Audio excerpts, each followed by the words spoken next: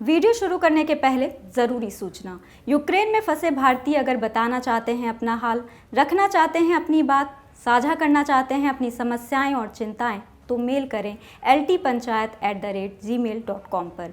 हमारी टीम आपसे संपर्क करेगी और जूम कॉल के जरिए रखेगी आपकी बात।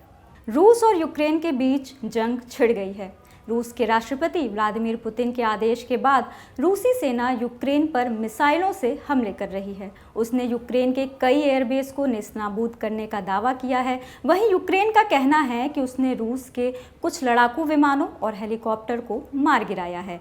यूक्रेन ने रूसी सेना के हमले में अपने कई आम नागरिकों के मारे जाने की बात भी कही है। आइए आपको बताते हैं कि रूस के राष्ट्रपति व्लादिमीर पुतिन ने अपने उस भाषण में क्या कहा जिसमें उन्होंने यूक्रेन पर हमले का निर्देश दिया था। राष्ट्र के नाम अपने संबोधन में रूसी राष्ट्रपति ने जनता से कहा, यह विवाद हमारे लिए जीवन मरण का सवाल है। यूक्रेन ने रेड लाइन को पार किया है। यूक्रेन नियो नाजी का समर्थन कर रहा है, इसलिए हमने स्पेशल मिलिट्री ऑपरेशन शुरू करने का निर्णय लिया है। रूस अपने दक्षिणी पड़ोसी के ऊपर कब्जा नहीं करना चाहता, लेकिन रूस को उनसे अपनी रक्षा करनी होगी जिन्होंने यूक्रेन को अपनी कठपुतली बना लिया है। रूस यूक्रेन युद्ध को अब और टाला नहीं जा सकता। यूक्रेन को कठपुतली बनाने वाली बात कहते हुए पुतिन का इशारा अमेरिका और उसके सहयोगियों की तरफ था। पुतिन ने आरोप लगाया कि अमेरिका और उसके सहयोगियों ने नाटो का विस्तार कर सभी सीमाएं पार कर दी हैं।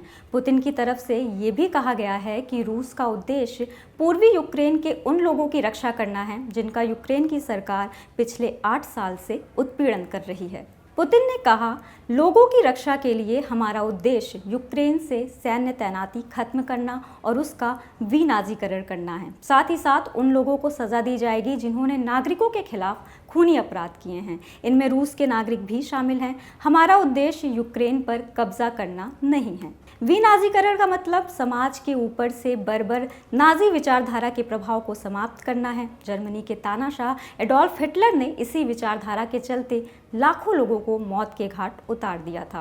व्लादिमीर पुतिन ने अपने संबोधन में यूक्रेन के सैनिकों को भी एक संदेश दिया। उन्होंने कहा, यूक्रेनी सैनिकों, आपके पूर्वज नाजियों के खिलाफ लड़े थे।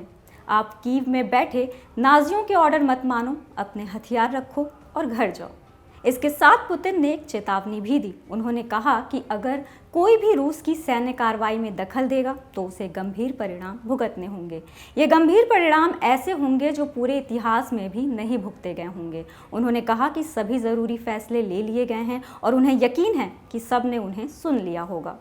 रूस के राष्ट्रपति व्लादिमीर पुतिन ने सैन्य कार्रवाई को जायज़ ठहराने के लिए संयुक्त राष्ट्र संघ के घोषणा पत्र के 7वें अनुच्छेद का हवाला भी दिया। उन्होंने कहा कि दोनेत्स्क और लुहांस्क के लोगों को सहायता की ज़रूरत है। ऐसे में रूस संयुक्त राष्ट्र घोषणा पत्र के 7वें अनुच्छेद के तहत यह कदम उठा रहा है। पुतिन ने अमेरिका और उसके सहयोगियों पर रूस की सुरक्षा चिंताओं को नज़रअंदाज करने का भी आरोप लगाया। आपके लिए खबर लिखी है हमारे साथी मुरारी ने। मैं हूं सुरभि, कैमरे के पीछे हैं जतिन। देखते रहिए द ललन टॉक।